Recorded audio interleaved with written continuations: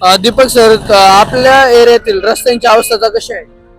रस्त्यांची अवस्था तापकीर चौक ते भारत माता चौक या बाजूला जो जाणारा रस्ता आहे, या रस्त्याचं डांबरीकरण होणं गरजेचं आहे किंवा सिमेंटकरण.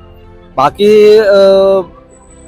इलेक्ट्रिक लाईन जी आहे, ही इलेक्ट्रिक लाईन रोड झाल्यानंतर हे उकरायला सुरुवात करतात.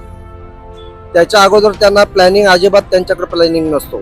ज्यावेळेस हे काम करायला सुरुवात करतात त्यावेळेस खड्डे वगैरे होतात आणि त्या खड्ड्यांमुळे अपघात वगैरे होतात घेतात. अपघात भरपूर होतात. 7 ते 8 वेळा अपघात झालेला आहे. लहान मुलं सुद्धा त्याच्यामध्ये पडतात, शाळेमध्ये जाणारी. खड्ड्यांमुळे, त्या कामामुळे ट्रॅफिकचा त्रास होतो. त्या ट्रॅफिकच्या त्रासामुळे तुम्हाला कधी असं कामावर जायला किंवा एखाद्या महत्वाची मिटिंगला जातो उशीर होतो? कसं आहे सर, रस्ते एकदम छोटे आहेत आपले आणि त्याच्यामध्ये रोडच्या बाजूला जे पार्किंग केलं जातं, गाड्यांची पार्किंग, त्याच्यामुळे जाण्या येण्यासाठी रोड शिल्लक राहत नाही. हे बरोबर आहे. आता कॉन्ट्रॅक्टर जे आहेत ते त्यांचा फायदा बघतात. त्यांचा फायदा बघण्यासाठी थर्ड क्लासचं डांबरीकरण करायचं आणि 2 वर्षांनी परत ते रस्त्याची अवस्था आहे तशीच आहे. त्याच्यामध्ये काही बदल नसतो.